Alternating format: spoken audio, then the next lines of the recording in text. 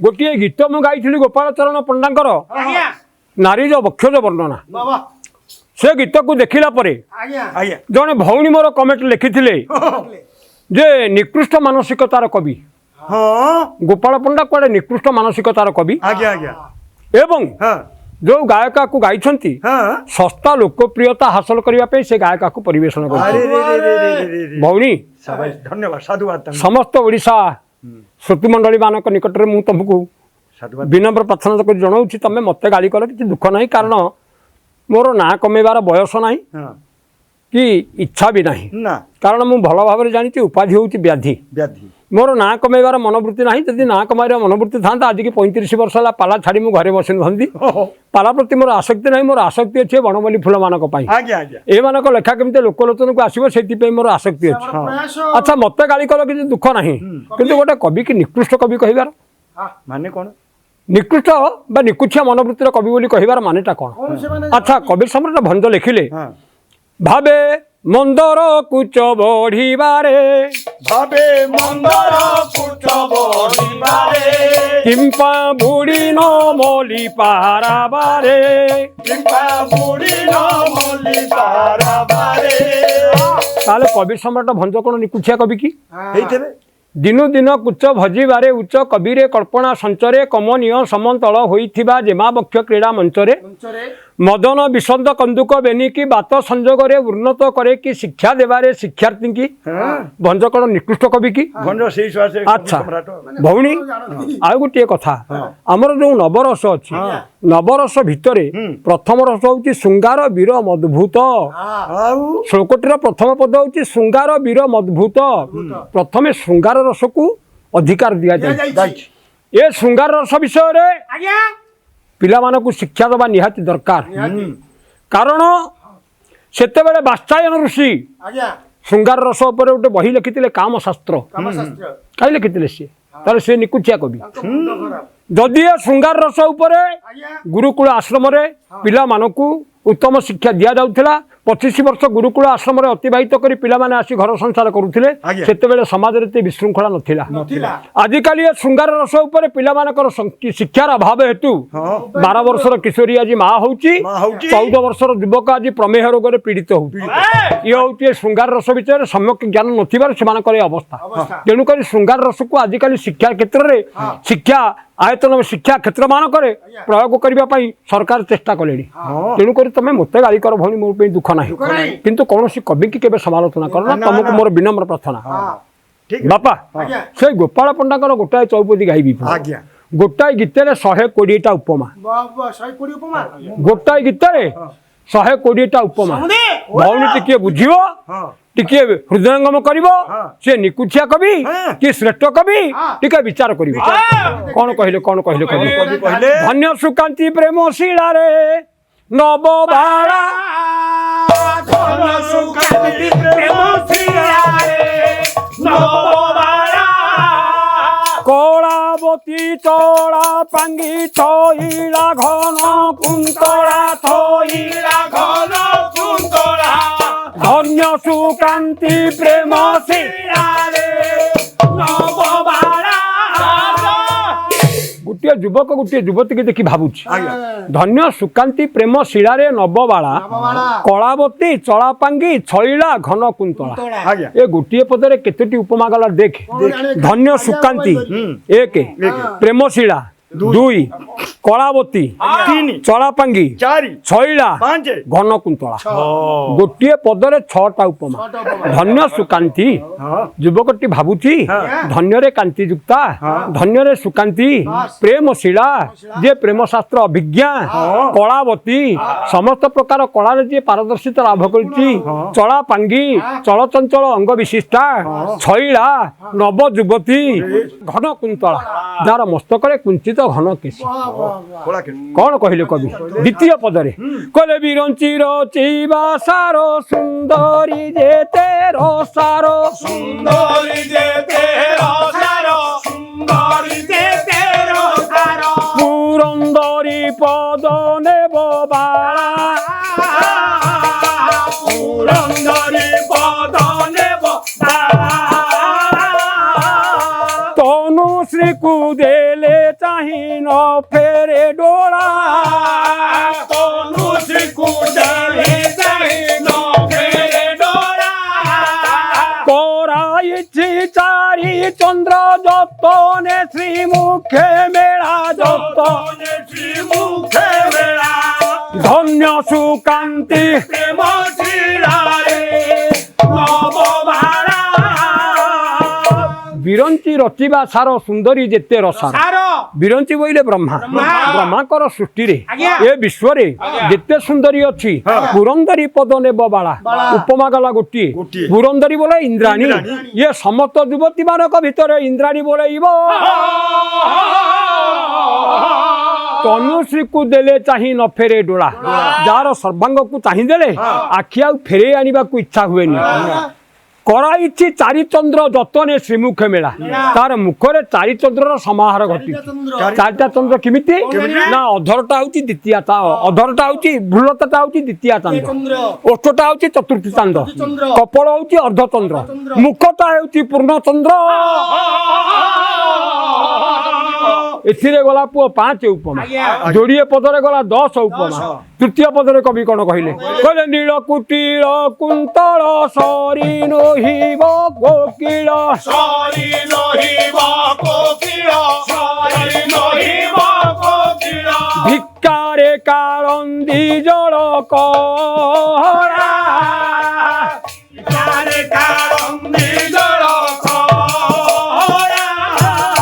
ନବବାରିଦ ଭ୍ରମର ଶିକ୍ଷି ଅତୁଳା ନବବାରିଦ ଭ୍ରମର ଶିଖି ଅତୁଳା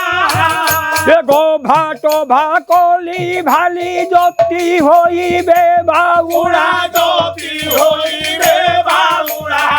ଧନ୍ୟ ସୁକାନ୍ତି ପ୍ରେମ ଶିଳାରେ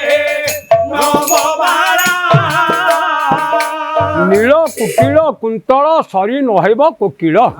ଯାହାର ମସ୍ତକରେ ନୀଳ ବୋଲନ୍ତେ କଳା ରଙ୍ଗର କୁଟିଳ ବୋଲନ୍ତେ କୁଞ୍ଚିତ କୁନ୍ତଳ ବୋଇଲେ କେଶ ଶୋଭା ପାଉଛି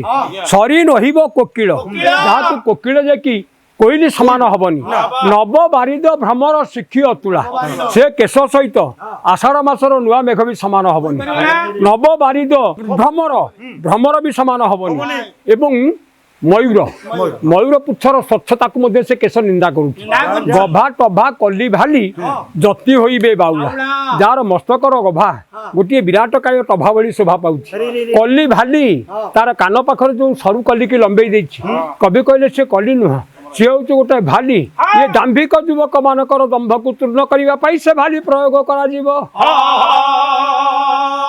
ଆଉ କଣ କହିଲେ କହିଲେ କର୍ଣ୍ଣକୁ ହେବ ସମାନ ସ୍ୱର୍ଣ୍ଣ ସାମୁ କଲୁ ବନ ସମ ସାମୁ କଲୁ ବନ ସ୍ୱର୍ଣ୍ଣ ସାମୁ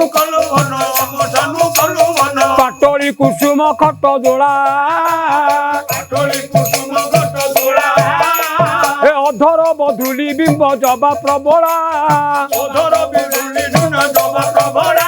ये दंतपंथी मोती कुंद कर कहिर कतुला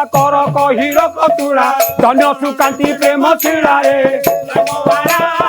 कर्ण को हेब समान स्वर्ण सामुक लु वर्ण जार कर्ण सहित स्वर्ण सामुकार गोटे फाड़ समान हम कि लु वर्ण आजिकल तो लु वर्ण देखा ना ओडिया व्याकरण लु वर्ण लोप पाईगला लु वर्ण आकृति तो एमती आज्ञा कर्णटा आज्ञा लु वर्ण भली स्वर्ण सामुक लु वर्ण पाटली कुसुम खट दोला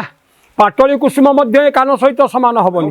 खट दोला भी कान सहित समान हबनी अधर बधुली बिंब जबा प्रबला जार अधर शोभा बधुली फूल शोभा को निंदा करू जबा जे कि आपण मानकर रक्तमंदार शोभा को निंदा करू दंत पंती मोती कुंद करक हीरक तुला जार दंत सहित मोती फल को समान करे समान हबनी कुंद फल को समान कुंद फूल को समान करे समान हबनी दंत पंती मोती कुंद करक करक बोले कुआ पत्थर को समान कले समान हबनी हीरक बोलते हीराखंड मध्य समान हेब नाही रे चतुर्थ पदरे कवि कौन कहे पंचम पदरे कवि कौन कहले बोले हास कास कैलास पारिजातक पीयूष से गंडे बिंब हेब बा मेला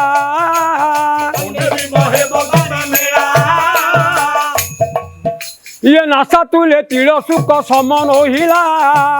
ନହିଲାରେ ଭଲା ସମ ନହିଲା ଇଏ ନିଚ କଣ୍ଠେ ରାବ କରେ କମ୍ଭୁ ସମନ ହି ଗଳା କମ୍ଭୁ ସମନ ହି ଗଳା ଧନ୍ୟ ସୁକାନ୍ତି ପ୍ରେମ ଶିଳାରେ ଭଗବାନ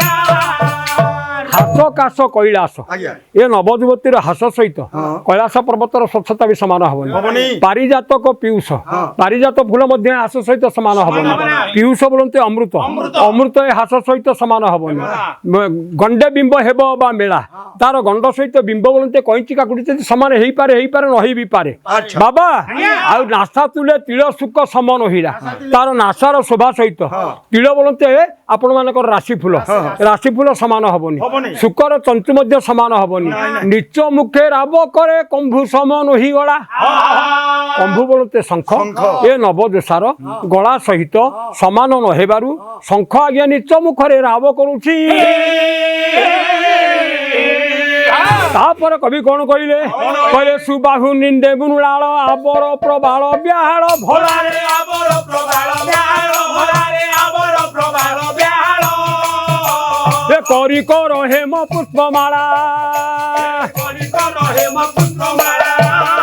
ଏ ଗନ୍ଧ ପଡ଼ି ଜିଣି କରାଙ୍ଗୁଳି ବର୍ତ୍ତୁଳା ଏ କରଜ କାନ୍ତି କି ଜାତି ନିଆଳି କଳି ଅତୁଳା ନିଆଳି କଳି ଅତୁଳା ଧନ୍ୟ ସୁକାନ୍ତି ପ୍ରେମ ଶିଳାରେ ନବବାଳା ପ୍ରେମ ଶିଳାରେ ନବବାଳା ତାର ବାହୁର ବର୍ଣ୍ଣନା କରିବାକୁ ଯାଇ କବି କି ସୁନ୍ଦର ଲେଖା ଲେଖିଲେ ପୁଅ ଦେଖ ସୁବାହୁ ନିନ୍ଦେ ମୃଣାଳ ଯାହାର ସୁତ ଉତ୍ତମ ବାହୁ ମୃଣାଳ ବୋଲନ୍ତେ ପଦ୍ମନାଳ ବା ପଦ୍ମ ଡେଫର ଶୋଭାକୁ ନିନ୍ଦା କରୁଛି ଆବର ପ୍ରବାଳ ବ୍ୟାଳ ପ୍ରବାଳ ବୋଇଲେ ଶିଉଳି ଏ ତା ହାତରେ ଯେଉଁ ଛୋଟ ଛୋଟ କେଶ ଗୁଡ଼ିକ ଅଛି ସେ କେଶ ଗୁଡ଼ିକ ପଦ୍ମନାଳରେ ଶିଉଳି ଲାଗିଲେ ଯେମିତି ଶୋଭା ସେମିତି ଶୋଭା ଦେଖାଯାଉଛି କରି କର ହେମ ପୁଷ୍ପମାଳା କରି ମାନେ ହାତୀ ହାତୀର କର ହେଉଛି ତା ଶୁଣ୍ଢ କବି କହୁଛନ୍ତି ହାତୀର ଗୋଟିଏ ସୁଗୋଲ ଶୁଣ୍ଢ କି କବି କହିଲେ ନା ନା ଏ ତା ନୁହଁ ହେମ ପୁଷ୍ପମାଳା ଗୋଟିଏ ସୁବର୍ଣ୍ଣର ଫୁଲମାଳ ଲମ୍ବା ହେଇଛି କି ବାବୁ ଆଉ କଣ କହିଲେ ନା କରାଙ୍ଗୁଳି ସମ ଗନ୍ଧ ଫଳି ଜିଣି କରାଙ୍ଗୁଳି ବର୍ତ୍ତୁଳା ଯାହାର ଆଙ୍ଗୁଠିର ଶୋଭା ଗୁଡ଼ିକ ଗନ୍ଧ ଫଳି ବୋଲେ ଗୋହିରା ଫଳର ଶୋଭାକୁ ନିନ୍ଦା କରୁଛି କରଜ କାନ୍ତିକି ଜାତି ନିଆଳି କଳି ଅତୁଳା ଯାହାର କରଜ ବୋଇଲେ ନଖ ଏ ନଖର ଶୋଭା ସହିତ ନିଆଳି ଫୁଲ ବି ସମାନ ହବନି ନିଆଳି କଳି ବି ସମାନ ହବନି ଯାଇ କଳି ବି ସମାନ ହବନି ତାପରେ କବି କଣ କହିଲେ କହିଲେ ଉରଜ ନିନ୍ଦେ କନ୍ଦୁକ ଚକ୍ରବାକ ସମ୍ପୁଟକ ଶମ୍ଭୁ ତମ୍ବୁ ଅମ୍ବୁଜ ମୁକୁଳା ଏ ହେମ କୁମ୍ଭ କୁମ୍ଭୀ କୁମ୍ଭ ସାଧନ ଶିଳା ଏ ପିୟୁଷ କୋଷ ଉନ୍ମିଷ ନିନ୍ଦେ ଉଲଟ ତାବଲା ନିନ୍ଦେ ଉଲଟ ତାବଲା ଧନ୍ୟ ସୁକାନ୍ତି ପ୍ରେମ ଉରଜ ନିନ୍ଦେ କନ୍ଦୁକ ଏ ନବଦୋଷାର ଉରଜର ଶୋଭାକୁ ଅବଲୋକନ କରି କବି କେତେ ଉପମା ଖଞ୍ଜିଛନ୍ତି ପୁଅ ଦେଖେ ଗଣେ ଟିକେ ମନ ଦେଇକିରି ଗଣେ ଉରଜ ନିନ୍ଦେ କନ୍ଦୁକ ଚକ୍ରବାକ ସମ୍ପୁଟକ ଶମ୍ଭୁ ତମ୍ବୁ ଅମ୍ବୁଜ ମୁକୁଳା ହେମକୁମ୍ଭ କୁମ୍ଭୀକୁମ୍ଭ ସାଧନ ଶିଳା ପିୟୁଷ କୋଷ ଉନ୍ମିଷ ନିନ୍ଦେ ଉଲଟ ତାବଲା ଗୋଟେ ପଦରେ 12ଟା ଉପମା ଉରଜ ନିନ୍ଦେ କନ୍ଦୁକ ଏ ନବଯୋଷାର ବକ୍ଷ ଯୁଗଳ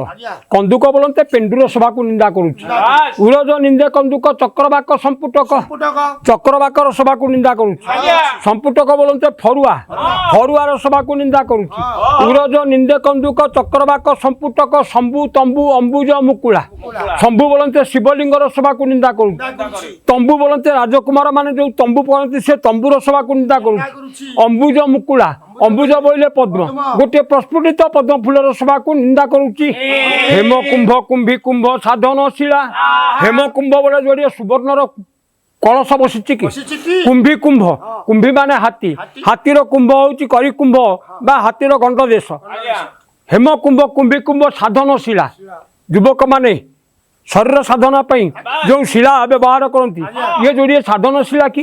ପିୟୁଷ କୋଷ ଉନ୍ମିଷ ନିନ୍ଦେ ଉଲଟ ତାବଲା ଇଏ ଯୋଡ଼ିଏ ପିୟୁଷ କୋଷ ଅମୃତର ଯୋଡ଼ିଏ କୋଷ କି ଉନ୍ମିଷ ବୋଲନ୍ତେ ଶିରସ୍ତ୍ରାଣ ଯୁଦ୍ଧ କ୍ଷେତ୍ରରେ ବୀରମାନେ ଯେଉଁ ଶିରସ୍ତ୍ରାଣ ପରିଧାନ କରନ୍ତି ଇଏ ଯୋଡ଼ିଏ ଶିରସ୍ତ୍ରାଣ କି ପିୟୁଷ କୋଷ ଉନ୍ମିଷ ନିନ୍ଦେ ଉଲଟ ତାବଲା उलट ताबलार शोभा को निंदा करुछि कि आउ कोन कहिले सरिनी व्रज वर्णना आउ गोटाए पद कहले बोईत रथ कलश मातुलांग रंभा कोश नारिकेल श्रीफल तुला ए हेम शैल गंध फल नहिब मेला ये चुचुक सम नहिब बदरी गु बाक गुड़ा बदरी गु बाक गुड़ा धन्य सुकांति कवि चिंता कले बोईत रथ कलश समुद्र भितर जोड़िए बोईत भाषुच कि रथ उपर जो कलश स्थापना करा ये जोड़िए कलश कि मातुलांग रंभाकोश मातुलांग बोलते डालिंब ये जोड़िए डालिंब कि रंभाकोश कदली गछर पुआ जोड़िए कि मातुलांग रंभाकोश हेमकुंभ कुंभिकुंभ साधन शिला चुचुक सम नहिब बदरी गुबा कगुला ए नवदशार स्तनर शीर्ष जो चुचुक थाए से चुचुक सहित बरकोली समान हबनी बदरी गुबाक गुबाक बोलते गुआ गुआ समान हबनी गुड़ा बंधुकर गुली मध्य समान हेब नाही ए पदटी पुओ गला 12टा उपमा केवल बक्षज वर्णन पुओ 24 उपमा गला मन करी टिके शुण पुओ मनोरमा बक्ष तट दिशे अति झट झट ए कनक कबाटर साणिला ए उदर लावण्य सरोजिनी अतुला ये त्रिबली सोपान निंदे त्रिवेणी रुचिर धारा त्रिवेणी रुचिर धारा मनोरमा बक्ष तट दिशे जति झट झट तार बक्ष देशर शोभा विद्युतर चमक भली पो झटकी उठुଛି गोटे कबाटर शोभा को अवलोकन करोछि मनोरमा बक्ष तट दिशे अति झट झट कनक कबाटर साणिला ये गोटे सुनार कबाट बोली कवि कहिले ए पुओ उदर लावण्य सरोजिनी अतुला तार उदरटी गोटे लावण्यर सरोवर बोली कवि कहिले त्रिवेणी सोपान निंदे त्रिवेणी रुचिर धारा तार जो त्रिबली अछि पेट तले जो त्रिबली सृष्टि हुए से त्रिबली होउछि उदर रूपक पुष्करणी की जीवा पई पहाच कवि कहले ना ना ता नुह ये कौन ना त्रिवेणी रुचिर धारा गंगा जमुना सरस्वती तीनोटी धारा प्रवाहित हेउछंती कि तारु कटी सरु दिशे मेरु कमलु बली से मेरु कमलु बली से भरारे मेरु कमलु बली से हे हरि चारि अंगरु गुड़ा ये बटु विसर्ग डम्बरु समान हिला ये बटु विसर्ग डम्बरु समान हिला ये नाभि डबी टोप कूप जल भ्रमरु बलिला जल भ्रमरु बलिला चारु कटी सरु दिशे जार कटी देशर शोभा को अवलोकन करी कवि कौन कहिले चारु कटी सरु दिशे मेरु कमलु बली से ये गोटे स्थल पद्म फूल कि कटीर शोभा सहित स्थल पद्म फूल को समान करछंती कवि कारण स्थल पद्म फूल किछि पाखुड़ा ऊपर को एवं किछि पाखुड़ा तल को मझीटा संकुचित होई थाए येटा सेया कि चारु कटी सरु दिशे मेरु कमलु बली से हरि चारि अंगरु उगुला हरि माने सिंह सिंहर कटी सहित सुगठित कटी बटु विसर्ग डम्बरु समान हिला बटु बापा कविटे कल्पना करने कविटे अलंकार करने समाजर कौ दृष्टि पर्यंत से दृष्टि निक्षेप करें ता मन देकर शुण कुशबटुटी आपन धारण करुछंती कुशबटुर शोभाटा केमिति एमिति एठी गंटी तापर एमिति कटिटा ठीक सेमिति एटा शरीर एटा गंटी एटा दी गोड़ बटु विसर्ग विसर्गर आकृतिटा जेमिति कटिटा भी सेमिति डम्बरु डम्बरु जेमिति दीकर ओसार मझीटा संकुचित बटु विसर्ग डम्बरु समान हिला नाभि टबी कप चुप जल भ्रमरु बलिला जार नाभि एते गभीर गोटे जलर भौरी सृष्टि होला बोली मने हेउछि रे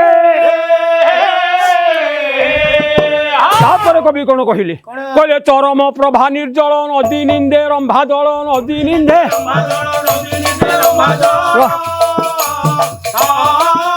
ये नितंब थपर साणिला ये पान पात्र स्वर्ण थाली नोहिब मेला ये यज्ञ वेदी भद्रासन जंत्र तुम्बी अतुला जंत्र तुम्बी अतुला गणेश कांति प्रेम ନବଭାରା ବାପା ଆଜ୍ଞା ତାର ପୃଷ୍ଠଦେଶର ଶୋଭାକୁ ଅବଲୋକନ କରି ପିଠିକି ଦେଖ କବି କଣ କହିଲେ ଚରମ ପ୍ରଭା ନିର୍ଜଳ ନଦୀ ନିନ୍ଦେ ରମ୍ଭା ଦଳ ଜଳ ଇଏ ଗୋଟିଏ ଜଳବିହୀନ ନଦୀ ନଦୀ ଜଳବିହୀନ ନଦୀରେ ଯେ କେମିତି କେବଳ ଶାଖାଟା ଥାଏ କେବଳ ଶରୀରଟା ଥାଏ କିନ୍ତୁ ଜଳ ନଥାଏ ନବଯୋଷାର ପିଠିଟା ଠିକ ସେମିତି ସେଇଭଳି ପଞ୍ଜରା ହାଡ଼ ବା ମେରୁ ହାଡ଼ ଖାଲ ଦିକର ଢିପ ଇଏ ନଦୀ ଭଳି ଭ୍ରମ ସୃଷ୍ଟି କରୁଛି ପୁଣି କହିଲେ କବି କହିଲେ ତା ନୁହଁ ଗୋଟିଏ କଦଳୀ ପତ୍ର ଆରେ କଦଳୀ ପତ୍ର ଦିକର ଯେମିତି ଉଚ୍ଚା ମଝିରେ ଯେମିତି ଖାଲ ଏଇଟା ସେମିତି ହେଇଛି ତାପରେ ନିତମ୍ବ କଚ୍ଛପର ସାଣିଲା ତାର ନିତମ୍ବ ଶୋଭାକୁ ଅବଲୋକନ କରି କବି କହିଲେ ଇଏ କଚ୍ଛପର ପୃଷ୍ଠ ପୁଷ୍ଟ କଇଁଛର ପୃଷ୍ଠଟା ଯେମିତି ନିତମ୍ବ ଯୋଡ଼ିକ ଠିକ ସେମିତି ଦେଖାଯାଉଛି ଏ ବାପା ଆଉ କଣ କହିଲେ ଯଜ୍ଞ ବେଦୀ ଭଦ୍ରାସନ ଯନ୍ତ୍ର ତୁମ୍ବି ଏ ଅତୁଳା ଯଜ୍ଞ ସ୍ଥଳରେ କୁଣ୍ଡମାନଙ୍କ ନିକଟରେ ବ୍ରାହ୍ମଣ ମାନେ ଉପବେଶନ କରିବା ପାଇଁ ଯେଉଁ ବେଦୀ ତିଆରି ହେଇଯାଏ ଇଏ ଯୋଡ଼ିଏ ବେଦୀ କି ପୁଣି କହିଲେ ଭଦ୍ରାସନ ଭଦ୍ରାସନ ବୋଇଲେ ସିଂହାସନ ଏ ସିଂହାସନ କାହା ପାଇଁ ନା କନ୍ଦର୍ପ ରାଜା ପାଇଁ ଏ ସିଂହାସନ ପଡ଼ିଛି କି କନ୍ଦର୍ପ ରାଜା ଏ ସିଂହାସନ ଉପରେ ବିଜେ କରିବ କି ଯନ୍ତ୍ର ତୁମ୍ବେ ତୁଳା କବି କହିଲେ ନାଇଁ ନାଇଁ ଇଏ ଯୋଡ଼ିଏ ଲାଉର ଫାଳ କି ଆଉ କଣ କହିଲେ ଚାରୁରୁ ରମ୍ଭା ତରୁ ଅର୍ଗଳି ପୁଳିନ ଠାରୁ ଏ କାମ ତନୁ ନଦୀ କି ଭେଳା ଏ ବାସ ସାର ସକତୁରୀ ଠାରୁ ଧବଳା ଇଏ ନଖପନ୍ତି ଜ୍ୟୋତି ନିନ୍ଦେ ଛାୟାପତି କାନ୍ତି ଶିଳା ଧନ୍ୟ ସୁକାନ୍ତି ଏ ନବଯୋଷାର ଉରୁ ଯୁଗଳକୁ ଲକ୍ଷ୍ୟ କରି କବି ଚିନ୍ତା କରି କହିଲେ କଣ ନା ଚାରୁ ଉରୁ ରମ୍ଭାତରୁ ଅର୍ଗଳି ପୁଳିନ ଠାରୁ ଏ ଉରୁ ଦୁଇଟି ଗୋଟିଏ କଦଳୀ ଗଛର ଗଣ୍ଡିକି ରମ୍ଭା ଅର୍ଗଳି ଯେମିତି ମନ୍ଦିରକୁ ଯିବା ପୂର୍ବରୁ ଗୋଟେ ଅର୍ଗଳି ଥାଏ ସେ ଅର୍ଗଳି ଅତିକ୍ରମ କରି ଯିବାକୁ ପଡେ ସେମିତି କାମ ମନ୍ଦିରକୁ ଯିବା ପୂର୍ବରୁ ଇଏ ଯୋଡି ଅର୍ଗଳି କି କାମ ତନୁ ନଦୀ କି ଭେଳା କନ୍ଦର୍ପର ନଦୀ କି ପାରି ହେବା ପାଇଁ ବା କାମ ସିନ୍ଧୁକୁ ପାରି ହେବା ପାଇଁ ବିଧାତା ଯୋଡିଏ ଭେଳା ସୃଷ୍ଟି କରିଛି କି ଏ ବାପା ନଖପନ୍ତି ଜ୍ୟୋତି ନିନ୍ଦେ ଛାୟାପତି କାନ୍ତି ଶିଳା ଏ ନବଯୋଷାର ନଖ ଗୁଡ଼ିକର ଶୋଭା ଛାୟାପତି ଯେ କି ସୂର୍ଯ୍ୟକାନ୍ତ ମଣିର ଶୋଭା ଭଳି ପ୍ରତୀୟମାନ ହେଉଅଛି ରେ ଏ ହାତ କାଶ କୈଳାସ ପାରିଜାତ କପିଉଷ ଏ ଗଣ୍ଡେ ବିମ୍ବ ହେବ ବା ମେଳା ଏ ଦାସ ସାର ସକତୁରୀ ଠାରୁ ଭ୍ରମଳା ଇଏ ଦ୍ୱିଜ ଗୋପାଳ ଚରଣ ସେ ଛବି ଦେଖି ବାଉଳା ଧନ୍ୟ ସୁକାନ୍ତି ପ୍ରେମ ଏ ବାପା ଏ ନବଯୋଷାର ତରୁର ବାସ କସ୍ତୁରୀ ସହିତ ସମାନ ହବନି ଚନ୍ଦନ ସହିତ ସମାନ ହବନି କର୍ପୂର ସହିତ ସମାନ ହବନି ବାପା ଏ ନବଯୋଷାର ସଭାକୁ ଅବଲୋକନ କରି ଗୋପାଳ ପଣ୍ଡା ବାଉଳା ହେଇଗଲେ